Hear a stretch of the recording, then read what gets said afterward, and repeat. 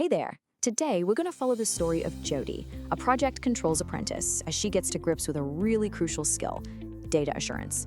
I mean, if you've ever looked at a report and just had that gut feeling that something's not quite right, well, this explainer is for you. We're going to show you exactly what to do next. All right, so here's our game plan. We're going to follow Jody's quest from start to finish. We'll kick things off with a data dilemma she runs into at work. Then we'll unpack what data assurance actually is, learn a super practical 3-step check, figure out how to prove you've got the skill for your portfolio, and wrap it all up by getting you ready for that final assessment. Okay, let's set the scene. Let me introduce you to Jody.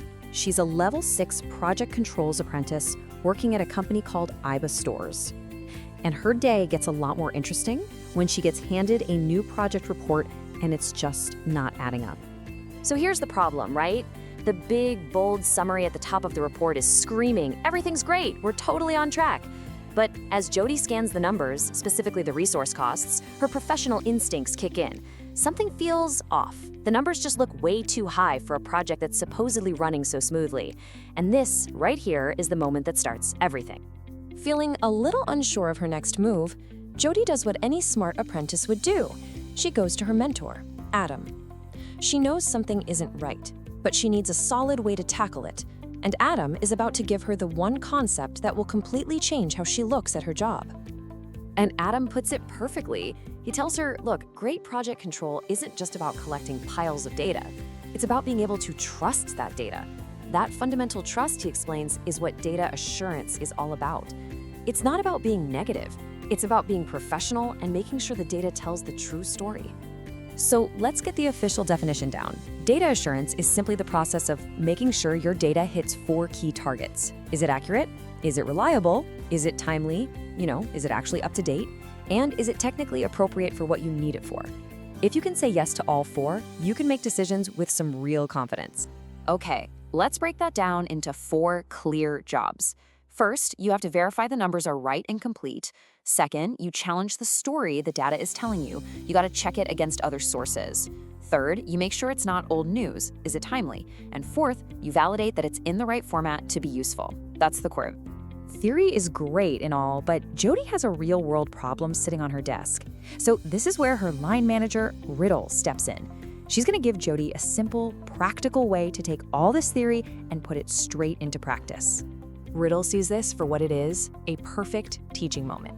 So instead of just giving Jody the answer, she hands her a tool. It's a simple process that empowers Jody to dig into the report herself and find out what's really going on with those numbers. And here it is.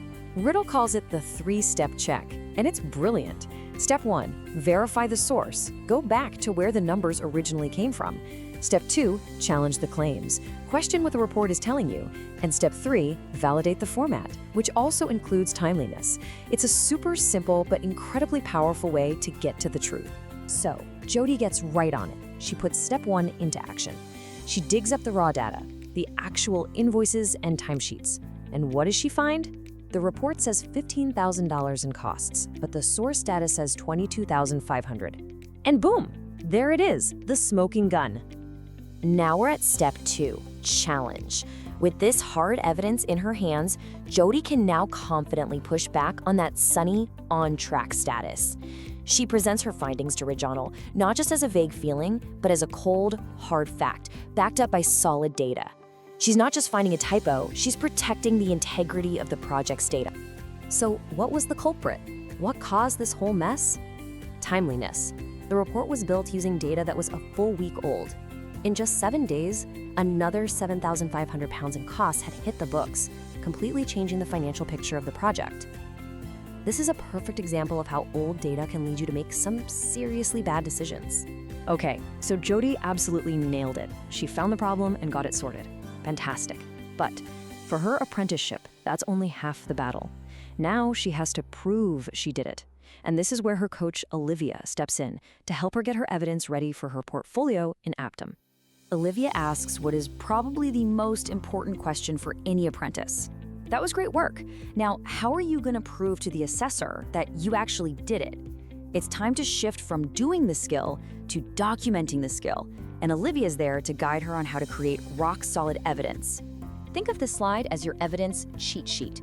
For Abdem, you can upload all sorts of things. A data validation report that shows your investigation, a written reflection where you explain what happened, an audit report with your recommendations, or even the corrected budget itself as a work product. The whole point is to make your process and your impact crystal clear to an assessor. So Jody has the skill, and she's documented it. Now it's time for the final boss, the endpoint assessment, or EPA. She needs to be ready to talk about this experience clearly, confidently, and professionally. Okay, put yourself in her shoes. You're sitting there, the assessor looks at you and asks this exact question. It's a classic competency question, right? Having a practiced, structured answer based on a real experience like this one is the absolute key to success. So, how should she answer? Well, a killer answer almost always uses the STAR method: situation, task, action, and result.